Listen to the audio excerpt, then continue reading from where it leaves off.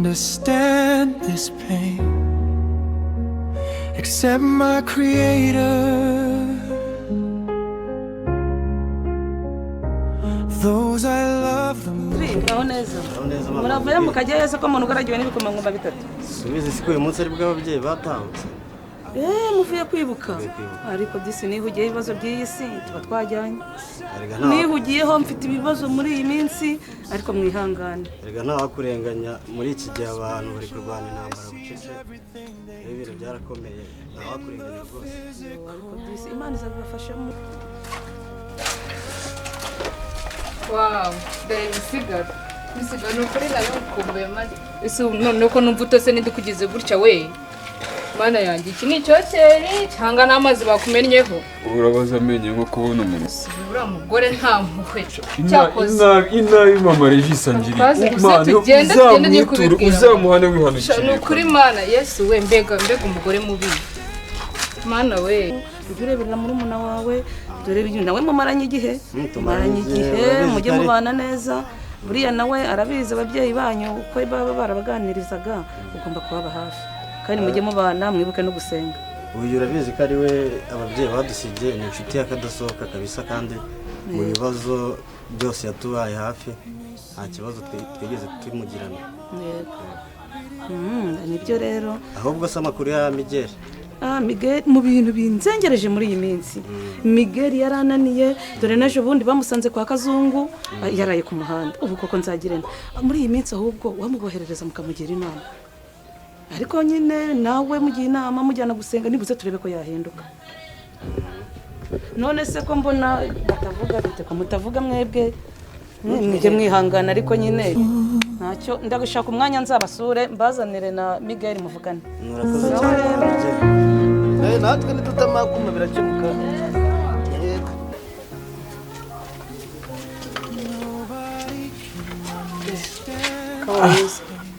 nzanye ibiryo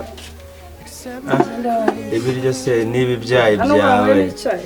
byawe bitafite n'ikintu cyo gufatisha nyuma yo kunyica umagaze ubu ngubu nibwo wibutse kuba wanzanira ibyo bimeze gutya akakageni. Ibi ntabwo byumvikana rwose ntabwo byumvikana wa mugore we dore wananiwe kumbyarira dore nkurereye barumuna bawe dore barakuze babaye inkumi habe urushako rw'iki gihe n'ukuri kw'Imana ntabwo byumva wa mugore we mfite agahinda kabisa kereka nukuzajya kubiganiriza ari umushuti wanjye nzajya kubiganiriza ariko ko kubizuka nyine zo ubu urushako rw'iki gihe mu kabyara bisuka icyo cyayi nyine turebe se bwije uba wategaguye n'icyo batobye gutya wa muntu we urushako rw'iki gihe kabisa wange kumbyarira ndihire abana barumuna bawe amashuri ngirene wange kumbyarira ura n'umwana wanjye adashoboye kuza nawe ngo azaze arye kureba ibiryo koko. Maso ngo bimeze bitari komera se marango ansuza se Kazungu se yagiye ko muri akenda murebe shaka tuba bizi se maso unaho gutavuga utana koma ese kuri kuzisira kure byagenze bite birakureba ese kuri byaje ntago bindeba kareka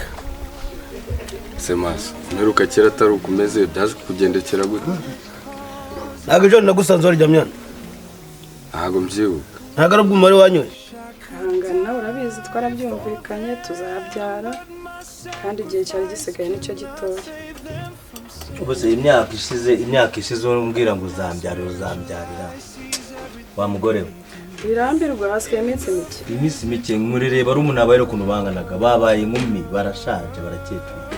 ubwo we ntabwo ushobora kwifata ugutereka nanjye ume n'akana kugenda unsebya ikaritsiye yose abantu bose ngo simbyara ubu kuko urareba ugasanga njye nabyara ugenda uneza abantu uvuga ngo buri ngo simbyara ejo bundi uretse no kugenda ubwira mama wanjye ngo ngiye ngo simbyara bakubwa umujyi ngo byesha kasi shaki ejo bundi nawe na mama wawe nimene ambwira kuntu wasaze noneho ngo n'amazu usigaye atubura amazu akramere na waratse amazu ya Yesu bwa kubwira ubundi umero icyo ufite wanyu bameze kuri ya habaye zana byeri Kazungu arashyira reka inzoga n'itabi shaho ugenda ujye mu rugo. itabi ko nariretse kera amaso ese noneho bose basigaye guhemba gute kurya usiganywa na Rufura? ubu ni ukugira ngo mama atazagushyiraho igitutu cyo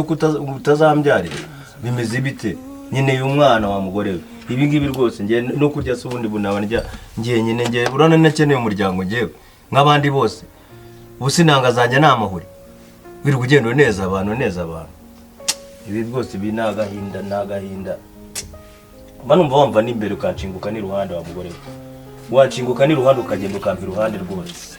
kuko ntabwo byumvikana kugira ngo ngewe nirirwe njyana barumunaye barakuze dore igihe cyose aka gahinda no kuzajya kugaturura mubyeyi Aneti no kuri kw'Imana cyo kose Imana irabibona pe Imana irabibona reka mpfe kurya nyine none se ko babitetse uko abonye nyuma yo kunyita amagaza se ubwo nagiye kuzamuhura sha ntukajye ukunda ibyiza ukennye mwana. none uri kumbwira ndakennye maso ntabwo nahora n'iki shyiramo n'imiyaga mayi dore nari abakene mubayeho nabi cyane niyo mpamvu uri kumwandagira dore kuri silipa yawe wanyiriyeho nta nubwo ushaka kumvugisha karahumura gate mbese se bana wampabariye basi natureba se maso urakamaze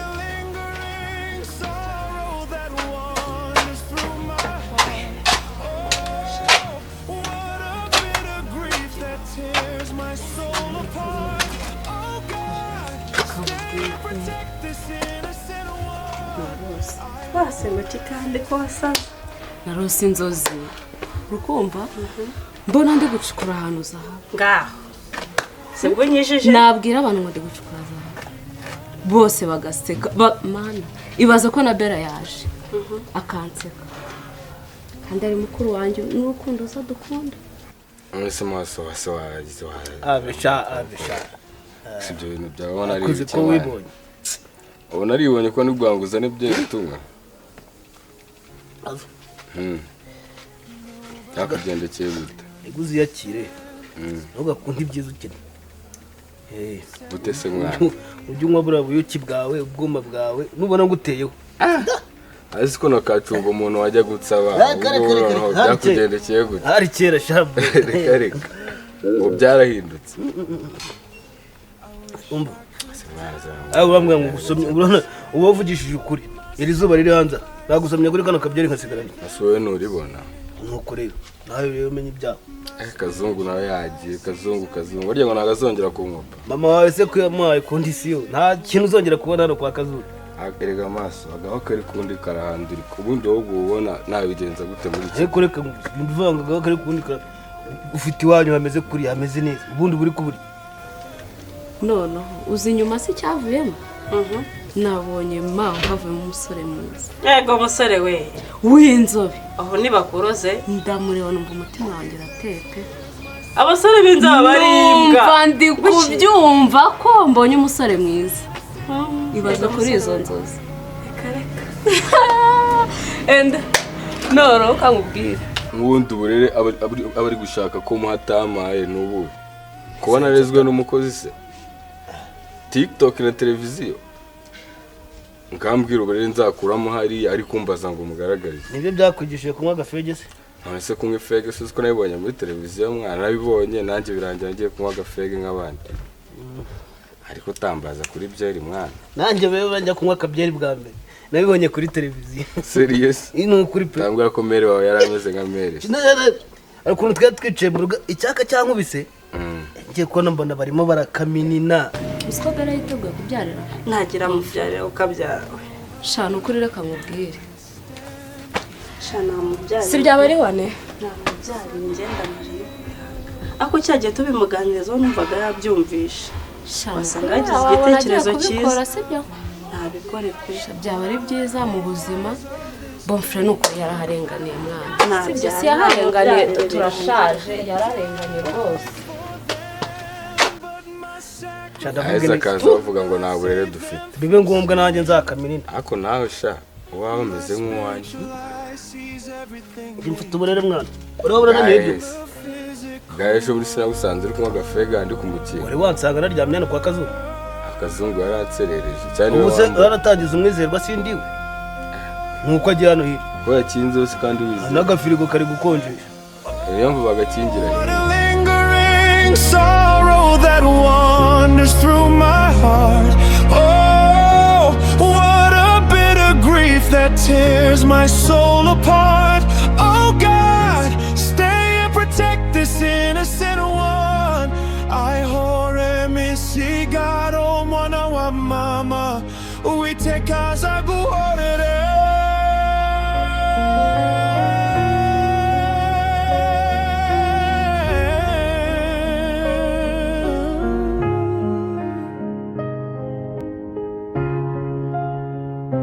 Nobody can understand this pain except my creator. Those I love the